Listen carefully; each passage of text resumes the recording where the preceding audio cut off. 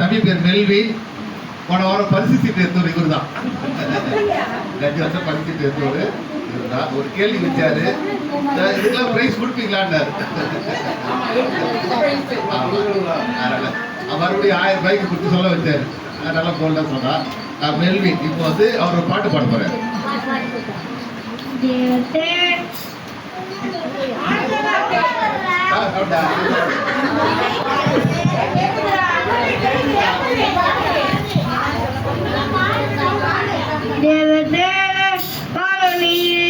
கோடி கோடி அக்க தோண்டும் மிக பாடி பாடி ஏழேசுக்கும் தேவன்.